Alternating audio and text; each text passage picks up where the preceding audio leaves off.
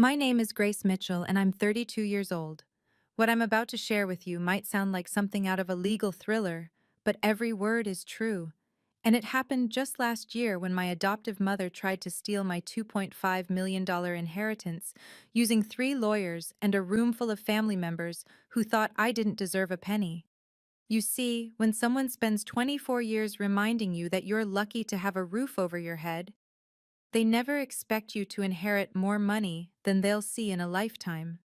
They especially don't expect the grandmother they ignored to have planned the perfect legal counterstrike from beyond the grave. Before I tell you exactly how I walked into that ambush and turned the tables completely, please take a moment to like and subscribe, but only if stories about standing up to family bullies truly resonate with you. I'd love to know where you're watching from and what time it is there. I read every comment. Now let me take you back to that Tuesday morning when my phone rang and my adoptive mother's fake sweet voice said the words that changed everything. The law offices of Johnson and Associates occupied the entire 15th floor of a gleaming downtown high-rise. As I stepped out of the elevator that morning, my heels clicking against marble floors, I already knew something was very wrong. Patricia had insisted on this specific location, this specific time, and when Patricia Mitchell got specific, it meant she'd been planning. The receptionist barely looked up. Conference room C, they're waiting.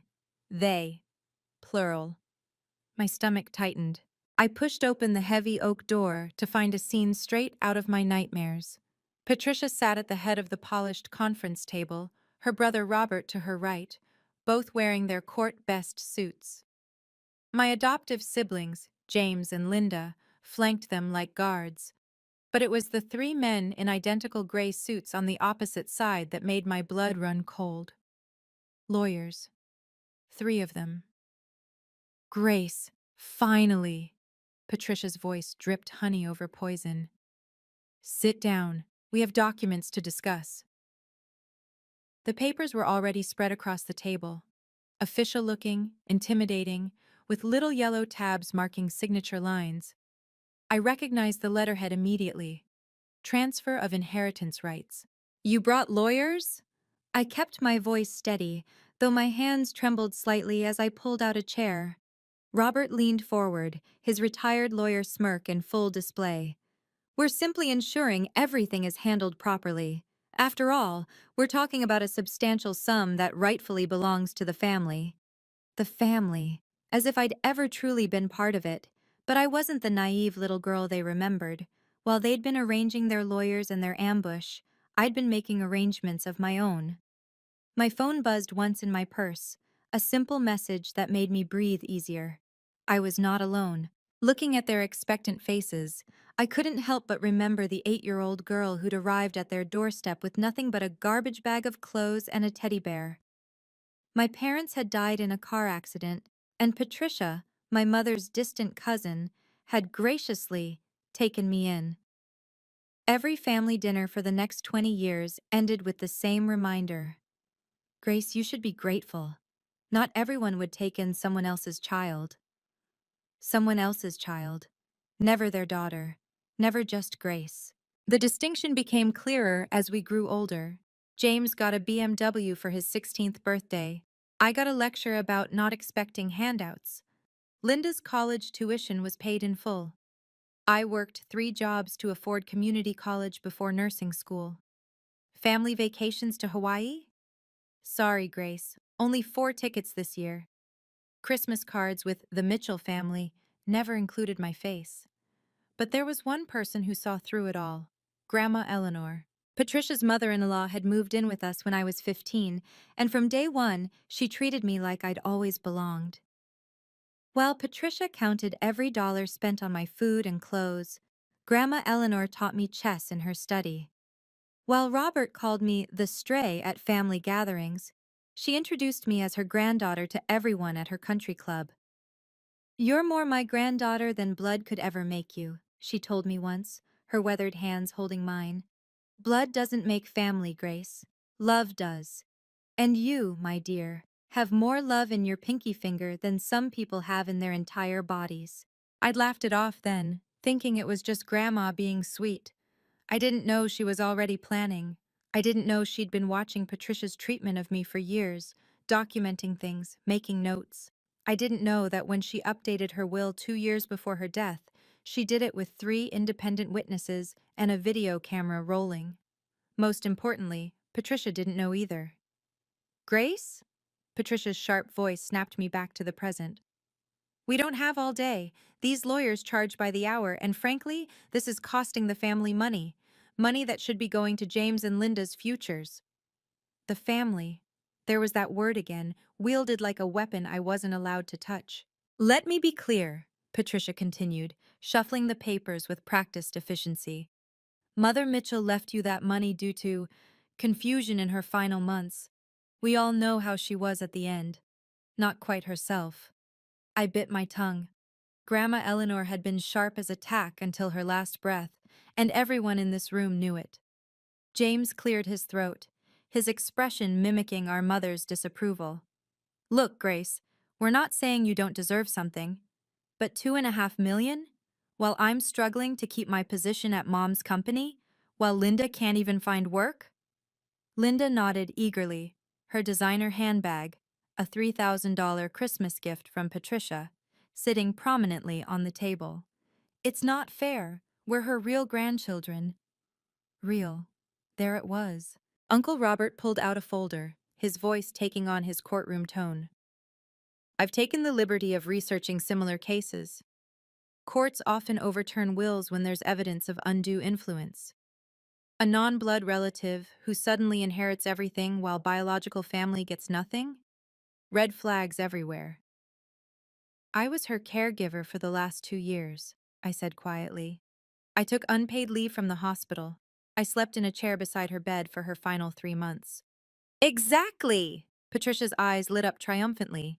You isolated her from her real family. Classic manipulation tactics. The accusation hung in the air like a slap. I wanted to scream that they'd visited Grandma exactly 3 times in her final year, and only when they needed money. I wanted to remind them how Patricia had complained about the burden of having her mother-in-law in the house, how she'd tried to put Grandma in the cheapest nursing home she could find. But I stayed silent, because Grandma Eleanor had taught me something else during those long chess games. Never interrupt your enemy when they're making a mistake. The first lawyer, a thin man with cold eyes, slid a document across the table. Miss Mitchell, this is a voluntary transfer of inheritance. Sign here, and this unpleasant situation goes away. Refuse, and the family will be forced to pursue legal action for undue influence, elder abuse, and fraud. Elder abuse. They were accusing me of elder abuse. My phone buzzed again, a simple message. In position. I looked up at their expectant faces and smiled. Before I sign anything, I need to make a phone call. If you've ever felt like an outsider in your own family, you'll understand what comes next. Before we continue, if this story resonates with you, please hit that like button. It really helps others find these stories. And tell me in the comments, have you ever had to stand up to family members who thought they could walk all over you? Your stories give me strength. Now let me tell you what Patricia didn't know about Grandma's final months. No phone calls, Patricia said sharply. You decide now, or we file the paperwork this afternoon. The second lawyer, a younger man with an eager expression, opened his laptop. We've already drafted the complaint. Elder financial abuse, isolation of a vulnerable adult, forgery concerns regarding the will's witnesses. Forgery? I couldn't help but laugh. You're seriously suggesting $2.5 million, Grace? Robert interrupted, his voice hard. That's not just money. That's security for this entire family. That's James's children's college funds. That's Linda's chance to start over. That's Patricia's retirement. Patricia's retirement. From the company she'd inherited from her late husband. The company worth $8 million. And if I refuse, I asked, though I already knew the answer. Patricia's mask finally slipped, revealing the cold calculation beneath. Then we destroy you. Every hospital in this state will know you're under investigation for elder abuse. Your nursing license? Gone. Your reputation? Destroyed. And after we win, and we will win, You'll owe us legal fees that will bankrupt you for life. The third lawyer pulled out his phone. I have a contact at the state nursing board. One call and you're under official review by end of business today. They'd thought of everything, or so they believed. What they didn't know was that I'd already consulted with someone about this exact scenario. What they didn't know was that Grandma Eleanor had seen this coming 2 years ago. What they didn't know was that every single threat they'd just made had been recorded by the phone in my pocket. And more importantly, by someone else entirely. You seem very prepared, I said, keeping my voice steady, almost like you've been planning this for months. James shifted uncomfortably. We found out about the will 6 months ago. We've had time to consider our options. 6 months. Exactly how long ago Grandma had passed. Exactly how long Mr. Harrison had been waiting for this moment. My phone buzzed a third time. The message was different now. They just threatened you on record. Perfect. Coming in. I stood up slowly. You know what? You're right. This is a big decision. I need 60 seconds to think. But I wasn't thinking. I was counting down. Sit down, Grace. Patricia's voice could have frozen water. You don't get 60 seconds. You've had 6 months. 6 months of manipulating our mother's money, Robert added. 6 months of pretending you earned something you didn't deserve. Sign it. James pushed the pen toward me. Stop being selfish for once. For once, I remained standing. When have I ever been selfish? When I gave up my graduation dinner because Linda needed the car? When I missed my nursing pinning ceremony because Patricia scheduled a family photo that I wasn't even in? Oh, here we go. Linda rolled her eyes. Poor adopted Grace, always the victim. The first lawyer tapped the signature line. This is standard procedure, Miss Mitchell. Voluntary transfers happen all the time when will disputes arise. Standard? I looked him in the eye. Is it standard to ambush someone with 3 lawyers? It's standard when someone steals from family, Patricia snapped. I didn't steal anything. You manipulated a dying woman. I held her hand while she died. The room erupted. Everyone talking at once, voices rising, accusations flying. Patricia standing now, Robert's face red, James pounding the table, Linda shrieking about fairness, the lawyers trying to restore order. And through it all, I stayed perfectly still. Because Grandma Eleanor had taught me this too. In chaos, Grace, the calm person controls the room. My phone lit up with a final message. Open the door. You want me to sign? I said, just loud enough to cut through the noise. Everyone stopped. Fine, but I'm not signing anything without my lawyer present. Patricia laughed, harsh and bitter. Your lawyer? You can't afford a lawyer. You're a nurse who lives in a one-bedroom apartment. Actually, I said, walking to the conference room door, I can't afford a lawyer. That's why I'm using Grandma's. The door opened before I could reach it. Mr. Harrison walked in like he owned the building, which, funny enough, his firm partially did. 70 years old, silver-haired, carrying a leather briefcase that probably cost more than my car, he surveyed the room with the kind of calm that came from 40 years of courtroom victories. Good morning, he said pleasantly. I'm Harold Harrison, senior partner at Harrison, Krensky and Associates. I believe you're discussing my client's inheritance? The silence was deafening. Patricia found her voice first. Your client? Grace doesn't have a lawyer. She's had one for 6 months, Harrison replied, setting his briefcase on the table with deliberate precision. Ever since Eleanor Mitchell asked me to protect her granddaughter from exactly this scenario. The room shifted. I could feel it, the sudden uncertainty, the recalculation, but they didn't know the half of it yet. As Harrison opened his briefcase, I let myself remember those last months with Grandma. The visitors she'd had, not just friends from her country club, but professional people with serious faces and leather folders. The afternoon I'd come home early from work to find her in the study with 3 strangers, signing documents while being filmed. Grace, dear, she'd said, not even trying to hide the papers. Just some estate planning, nothing for you to worry about. But there had been something in her eyes, a sparkle of mischief I'd seen when she'd corner my king in chess. She was planning something. "I know my son's widow," she told me one evening, her voice matter of fact. "Patricia counts money in her sleep. And Robert? He'd sue his own shadow if he thought it owed him something. When I'm gone, they'll come for you." "Grandma, don't talk like that. Listen to me." Her hand had gripped mine with surprising strength. "I'm leaving you everything, because you're the only one who never asked for anything. But they won't accept it. They'll try to break you, shame you, make you feel like you don't deserve it." She'd pressed something into my hand then, a business card with elegant gold lettering, Harrison, Krensky, and Associates. On the back, in her shaky handwriting, "When they come for you, and they will, call immediately." "Mr. Harrison has been my personal attorney for 40 years, she'd said. "He has something for you, but not until they show their true colors, not until they try to take what's yours." Now, watching Harrison pull out a thick folder marked "Confidential, Eleanor Mitchell Estate," I finally understood. Grandma hadn't just left me money. She'd left me a chess game, already 3 moves ahead. "This is ridiculous," Robert blustered, but his confidence was cracking. "You can't just—" "Actually," Harrison smiled, "I can." Harrison pulled out a document with an official seal. "Before we proceed, I should mention that this conference room is under audio-visual surveillance, as are all meeting rooms in this building. I trust no one objects to having this conversation recorded."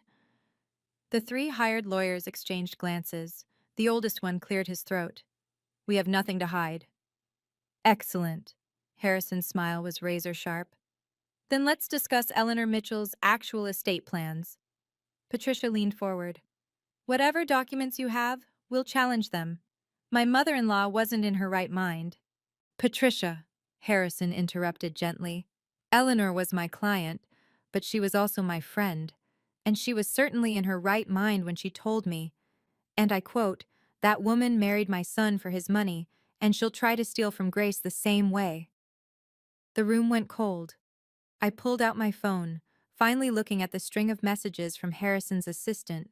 "In the lobby. They just threatened your license. Recorded. Perfect evidence for coercion charges. Mr. H says stay calm. He's coming up." This hadn't been random. Harrison had been in the building the whole time, waiting, listening through his assistant's phone on speaker in the lobby, waiting for them to threaten me, waiting for them to show their hand. Just like Grandma had waited 2 years ago to update her will with very specific provisions. "You recorded us?" Uncle Robert's face went pale. "Without consent?" "This building requires consent to enter," Harrison replied smoothly. "The signs are posted at every entrance. By entering, you consented to recording. I assumed your lawyers would have noticed." The 3 hired lawyers were frantically checking their phones, probably Googling the building's policies. Their faces told me everything. Harrison was right. "Now then," Harrison continued, pulling out a tablet, "shall we discuss what Eleanor actually wanted? Or would you prefer to continue threatening my client with fraudulent elder abuse claims?" Patricia's mask was completely gone now, replaced by naked panic. "We're her family. We have rights." "You have," Harrison said quietly, "exactly what Eleanor chose to give you, which, as you're about to learn, was quite specific." He turned the tablet toward them. Grandma Eleanor's face filled the screen, alive and sharp-eyed, sitting in this very building's senior partner conference room. "Hello, Patricia," her recorded voice said. "If you're watching this, you've done exactly what I expected." Before Harrison could press play, Patricia stood up, her chair scraping against the floor. "This is ambush tactics. We need our own counsel." "You brought 3 lawyers," I said quietly. "How many more do you need?" She turned on me then, 24 years of carefully maintained pretense finally crumbling. "You ungrateful little parasite. We fed you, clothed you, gave you shelter when no one else wanted you." "Actually," Harrison interjected, pulling out another document, "Grace had 2 other family members willing to take her in. You petitioned the court for custody because, let me check the record, the monthly foster care stipend would help with household expenses. The foster care stipend, I'd never known. Patricia's face went white, then red. She pulled out a folder of her own, thick, organized, vindictive. Fine. You want to play hardball? 24 years of receipts, Grace. Every penny we spent on you. She started reading, her voice growing louder with each item.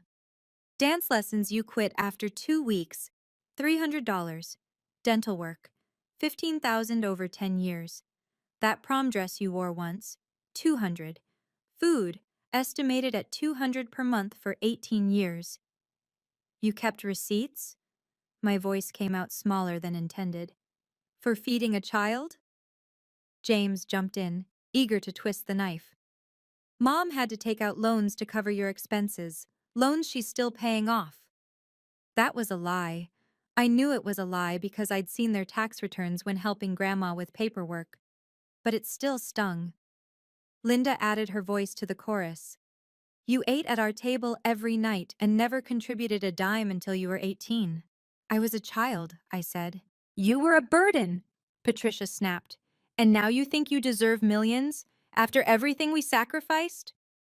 Robert stood too, his lawyer voice booming. No judge in this state will let an ungrateful adopted child steal from biological family. We have moral law on our side. Moral law? I laughed, but it came out broken. You visited Grandma 3 times in her last year. 3 times. We were busy. You were 10 minutes away. The room exploded again. Accusations flying, voices rising, fingers pointing. The 3 lawyers Patricia had hired were frantically taking notes, probably calculating their billable hours. This was spiraling exactly where Patricia wanted it to go, into a ugly public battle that would drain me financially and emotionally. That's when Harrison pressed play on the tablet. Grandma's voice filled the room, strong and clear. If you're watching this, Patricia, it means you've tried to steal from Grace. So let me be perfectly clear.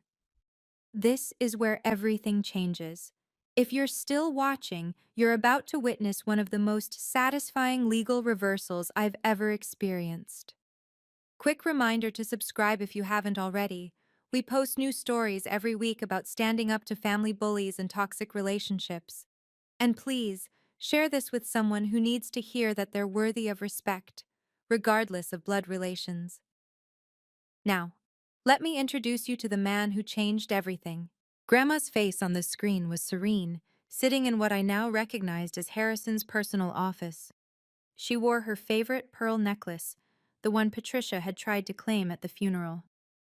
Patricia, Grandma's recorded voice continued, you're probably standing there with Robert, maybe James and Linda too, trying to intimidate Grace into giving up her inheritance.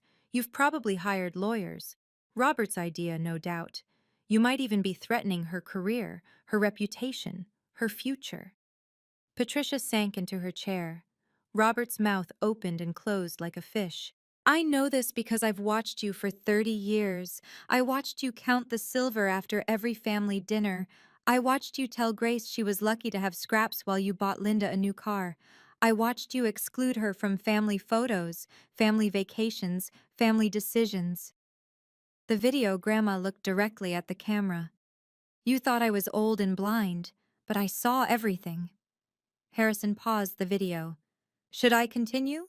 Or would you prefer to discuss the supplementary documentation? What documentation? Robert demanded, though his voice had lost its courtroom authority. Harrison pulled out a leather-bound folder. Exhibit A, Patricia's email to her sister, dated 3 years ago, discussing how to, quote, minimize Grace's involvement once Mom finally kicks it. Exhibit B, recording of Robert, advising Patricia to challenge any will that favors Grace, dated 18 months ago. Exhibit C, James's text messages about, how did you get those? Patricia shrieked. Your mother-in-law was quite tech-savvy for an 85-year-old woman. She also owned the family phone plan you all used. Legal access to all records. The 3 hired lawyers were backing away from the table now, physically distancing themselves from their clients. The oldest one closed his briefcase. "We need to confer with our clients privately." "By all means," Harrison said pleasantly. "But first, let's finish Grandma's message." He pressed play again. On screen, Grandma pulled out a document.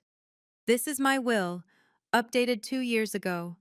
Present our three witnesses: Dr. Margaret Chen, my physician of 20 years, Judge Dorothy Williams, retired, and Father Michael O'Brien from St. Mary's. All will testify to my complete mental competence." She looked at the camera again, and for a moment, I could swear she was looking right at Patricia. "I leave everything to Grace, because she's the only one who loved me for me, not my money. And if you try to take it from her, you'll trigger the special provisions I've put in place." Special provisions? Harrison smiled. "This is where it gets interesting." Harrison pulled out a document with multiple official seals. "This is the supplementary trust documentation, filed in 3 states to prevent jurisdiction shopping. Mrs. Eleanor Mitchell established an irrevocable trust 2 years ago, with very specific conditions." He began reading in his courtroom voice. "In the event that any family member challenges Grace Mitchell's inheritance through legal action, threatens legal action, or attempts to coerce her into surrendering said inheritance, the following provisions automatically activate." Patricia grabbed for the document. Harrison smoothly moved it out of reach. "First, a penalty clause. Any family member who challenges this will owes the estate, now Grace, $5 million in damages." $5 million? Robert went pale. "That's impossible. You can't—" "I can, and I did." Grandma's voice came from the tablet still recording. "I liquidated my private investments to ensure this clause had teeth." Harrison continued reading. "Second, all documentation of Patricia Mitchell's financial misconduct during her management of Mitchell Industries will be forwarded to the IRS and State Attorney General." Patricia's face went from red to white. "What financial misconduct?" "The discrepancies your mother-in-law found when she did a private audit last year," Harrison said mildly. "She chose not to pursue it then, out of consideration for her grandchildren. But that consideration was conditional." James stood up so fast his chair fell over. "Mom, what is he talking about?" Harrison ignored the interruption. "Third, the video depositions Eleanor made regarding the family's treatment of Grace will be released to what she calls interested parties." "What interested parties?" Linda demanded. "Your employers, for one," Harrison replied. "James, your company has strict ethics clauses about bullying and harassment, doesn't it? Linda, weren't you applying to graduate programs that require character references?" The room was dead silent now. Even the 3 hired lawyers had stopped taking notes. Harrison turned the tablet back toward them and pressed play one more time. Grandma Eleanor looked tired but determined. "I know you all think I was a foolish old woman, but I built a pharmaceutical company from nothing before Patricia even met my son. I know how to protect what matters." She held up a photo. It was of her and me at my nursing school graduation, both of us beaming. "Grace is what matters. She loved me when I was difficult, cared for me when I was sick, and never once asked for anything in return. That's why she gets everything. And if you try to take it from her—" She smiled then, that chess master smile I knew so well. "You'll lose everything." The video ended. Harrison closed the tablet with a decisive click. "Now then," he said pleasantly, "shall we discuss your options?" "This is extortion," Robert said, but his voice shook. "You can't enforce—" Harrison pulled up another video on his tablet. "Let me show you the authentication process." The screen filled with a conference room, larger, more formal. Grandma sat at the center of a long table, surrounded by professionals. "State your name for the record," a voice said off camera. "Eleanor Catherine Mitchell, born June 15th, 1938. "And you're here of your own free will?" "I am." The camera panned to show 3 doctors in white coats. The first one spoke. "I'm Dr. Margaret Chen, Chief of Psychiatry at St. Mary's Hospital. I've administered a complete cognitive assessment to Mrs. Mitchell. She scored in the 98th percentile for her age group. The second doctor, Dr. James Patel, neurology. Brain scans show no signs of dementia, Alzheimer's, or any cognitive impairment. The third, Dr. Sarah Kim, internal medicine. Mrs. Mitchell's medications have been reviewed. Nothing that would impact decision-making capacity. The camera returned to Grandma. I am updating my will today, January 15th, 2023, because I want to ensure my granddaughter Grace is protected from family members who have shown a pattern of emotional and financial abuse toward her. Could you elaborate? The off-camera voice asked. Certainly. Grandma pulled out a notebook. On December 23rd, 2019, Patricia told Grace she couldn't attend Christmas dinner because there wasn't enough room, despite having 12 seats and 8 people. On June 3rd, 2020, Patricia withdrew Grace from the family health insurance without telling her, which Grace discovered when she needed emergency care. On August 15th, 2021, "We get it!" Patricia screamed, standing up. "Stop the video!" Harrison paused it. "There's 40 minutes more. Would you like to see the part where she discusses your attempt to power of attorney her assets while she was in the hospital for routine surgery?" The 3 lawyers Patricia had hired were packing up now. The oldest one addressed Patricia directly. "Mrs. Mitchell, we can no longer represent you in this matter. Continuing would be an ethical violation." "What? You can't just—" "We can, and we must." He looked at Harrison. "I assume you'll be filing the appropriate notifications?" "Only if necessary," Harrison replied smoothly. They left quickly, probably calculating how to bill for the partial hour while distancing themselves from potential fraud charges. Now it was just family, if you could call us that, and Harrison. "You have 2 options," Harrison said, his voice gentle but firm. "Sign a legal agreement to never contest Grace's inheritance or face the full consequences outlined in the trust documents." Patricia looked at me then, really looked at me for the first time in years. "You planned this?" "No," I said quietly. "Grandma planned this. She just loved me enough to make sure you couldn't hurt me anymore." Harrison placed a new set of documents on the table. "This is a cease and desist agreement. Sign it, and this ends here. No penalties, no revelations, no investigations. You simply walk away and never contact Grace about the inheritance again." "And if we don't?" Robert asked, though the fight had gone out of his voice. "Then by 5 p.m. today, I file the penalty clause activation with the court. The IRS receives Patricia's audit documentation by Monday. Your employers receive the video depositions by Wednesday. And Grace gets a restraining order against all of you by Friday." He pulled out his phone, showing a screen full of drafted emails. "Everything is prepared. I just need to hit send." Patricia's hands shook as she reached for the cease and desist papers. "This is cruel." "No," I said, finding my voice at last. "Cruel was telling an 8-year-old girl that her parents' death was an inconvenience to you. Cruel was making me eat in the kitchen while the real family ate in the dining room. Cruel was 24 years of reminding me I didn't belong." I stood up, steady now. "This isn't cruel. This is consequences." James looked between his mother and me. "Grace, we're still family." "No," I interrupted.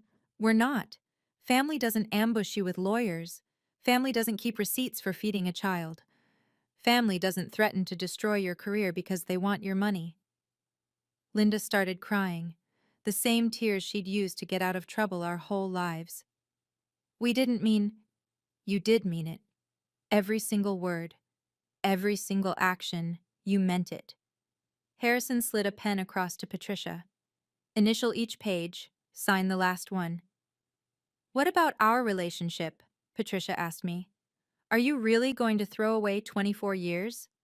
I almost laughed. "What relationship? The one where you introduced me as the girl we took in instead of your daughter? The one where you told me I should be grateful for scraps?" I pulled out my checkbook, the one linked to Grandma's estate account, already transferred to my name. "You know what? Let's make this clean." I wrote a check for $50,000 and slid it across the table. This covers every penny you spent raising me, according to your own receipts. Now we're even. Patricia stared at the check like it was poisonous. Take it, I said. It's more than you ever gave me freely.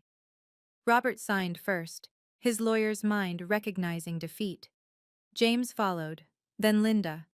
Patricia held out the longest, the pen hovering over the signature line. I tried to love you, she said quietly. No, I replied.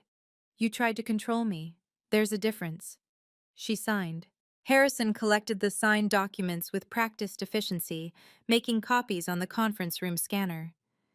These are legally binding as of, he checked his watch, 11:47 a.m. Tuesday, March 12th. Any violation will trigger the full penalty provisions.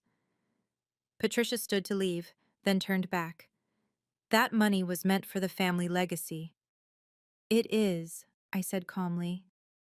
Grandma's legacy. A legacy of kindness, generosity, and protecting those who need it. Everything you never understood about her. Robert grabbed Patricia's arm. We need to go. Now. But I wasn't done. Wait. They all froze at the door. I want you to know something, I said, my voice steady and clear. I'm using the money to open a free clinic in Grandma's name. The Eleanor Mitchell Memorial Clinic will serve low-income families, immigrants, and anyone else who's been told they don't deserve care. Patricia's face twisted. You're wasting millions on charity? I'm investing millions in humanity, something Grandma would have loved. James shook his head. You could have set us all up for life. You've been set up your whole lives, I replied. Maybe it's time you learned to stand on your own. Linda made one last attempt. Grace, please, we're struggling. You're struggling in a 4-bedroom house with 2 BMWs in the garage. I struggled sleeping in a converted laundry room until I was 16. We are not the same. Harrison opened the door for them. I believe we're done here. As they filed out, Patricia stopped one more time. Your birth parents would be ashamed of you. The words that would have destroyed me a year ago now bounced off like rain. My birth parents are dead, but the woman who actually raised me, who taught me chess and strength and how to stand up for myself, she'd be proud, and that's all that matters. They left without another word. The door clicked shut with a finality that echoed through the room. Harrison began packing his briefcase. Your grandmother would indeed be proud.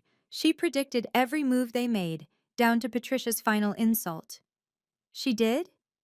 He handed me a sealed envelope with my name on it. She left this for you to open after the confrontation. She said you'd know when. I recognized Grandma's handwriting immediately. Inside was a single sheet of paper with one line. They never deserved you, my darling girl. Now go live the life you were meant to live. All my love, Grandma. I held the letter to my chest and finally let myself cry. Not tears of sadness, but of relief. The war was over. I had won. More importantly, Grandma had made sure I would win. Shall we go? Harrison asked gently. You have a clinic to build. Within 2 weeks, the family grapevine, which had always excluded me, suddenly couldn't stop talking about me. Patricia's biggest client, a medical supply company, pulled their contract citing ethical concerns about family values. Apparently, the CEO's wife had heard about the ambush from someone who knew one of the fleeing lawyers.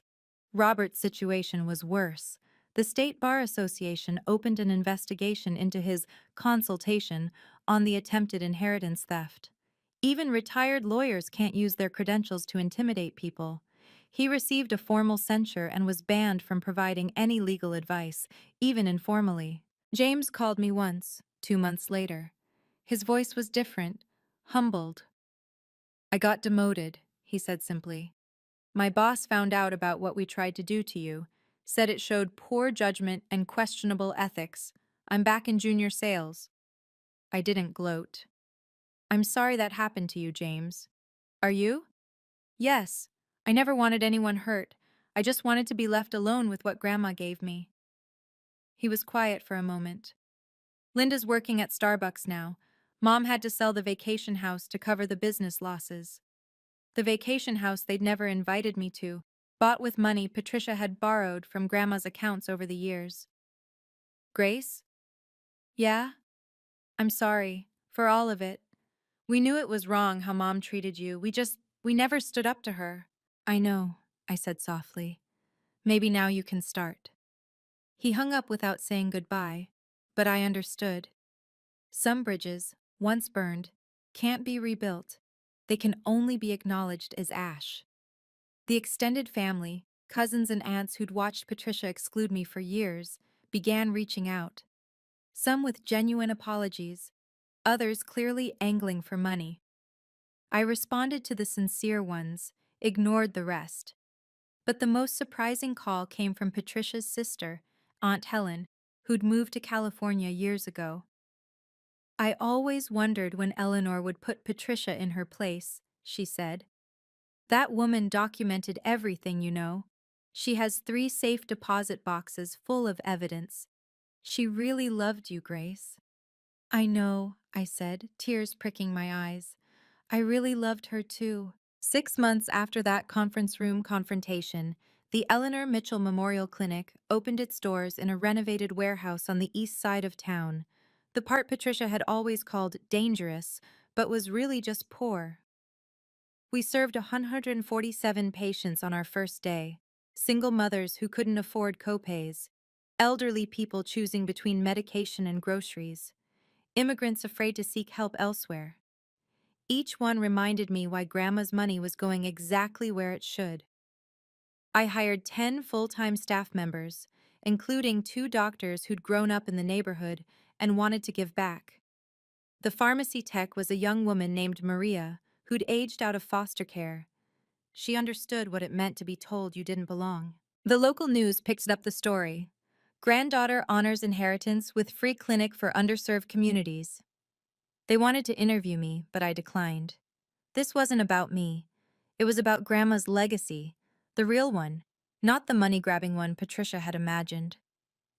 3 months after opening, we received an unexpected donation, $500,000 from the Morrison Foundation. Their letter said they'd heard about our work and wanted to support healthcare equity in honor of Eleanor Mitchell's memory. I later learned the foundation's director had been one of Grandma's bridge partners. The clinic's waiting room featured a portrait of Grandma in her younger days, when she'd been building her pharmaceutical company. The plaque beneath it read, Eleanor Catherine Mitchell, 1938 to 2023. Love is the greatest inheritance. One morning I found James standing outside the clinic, looking at our sign. It's impressive, he said quietly. Thanks. Mom drove by last week. She sat in her car for an hour, just staring at the building. I didn't know what to say to that.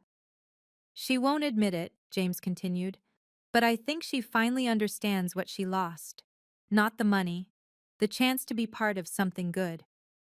He handed me an envelope. This is from me. Not much, but I wanted to contribute. Inside was a check for $1,000 and a note. For the kids who don't belong anywhere else. After he left, I added his check to the donation wall, right next to the one from the local Girl Scout troop who'd raised 73.50 salons selling cookies. Every donation mattered. Every person mattered. That's what Grandma had taught me, and what Patricia had never understood. It's been a year now since that day in the conference room. I still live in my 1-bedroom apartment, though I could afford a mansion. I still work part-time at the hospital, though I don't need the money. Because Grandma didn't leave me wealth to change who I am. She left it to amplify who I've always been. The clinic serves over 500 patients a month now. We've added mental health services and a social worker. Every success story, a diabetic getting insulin, a child getting vaccinations, an elderly man getting his heart medication, is a victory Grandma would have celebrated. I've built my own family now, not blood, but choice. My colleagues at the clinic, the morning coffee shop owner who knows my order, the elderly neighbor I help with groceries, people who see me for who I am, not what I can give them. Patricia and I haven't spoken since that day. I heard through James that she's in therapy now, finally dealing with whatever drove her need to control everything and everyone. I hope she finds peace. I genuinely do, but she'll find it without me. Setting boundaries isn't cruel, it's necessary. Protecting yourself from people who hurt you isn't selfish, it's survival. And choosing to use your blessings to help others isn't waste, it's purpose. Grandma knew all of this. That's why she protected me one last time, from beyond the grave. Not with money, but with the tools to finally stand up for myself. Every morning, I touch her photo in the clinic lobby and whisper the same thing: thank you for believing in me. And every morning, I swear I hear her voice in the wind: you were always enough, my darling girl, always. What would you have done in my situation? Sometimes the greatest inheritance isn't what someone leaves you, it's the strength they help you find in yourself. Thank you for listening to my story. If it helped you feel less alone or gave you courage to set your own boundaries, please share it with someone who needs to hear it. Subscribe for more stories about overcoming family trauma and finding your own strength. Comment below.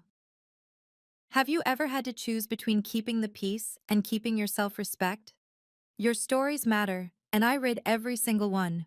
Remember, you deserve respect, regardless of where you came from. Until next time, stay strong and know your worth.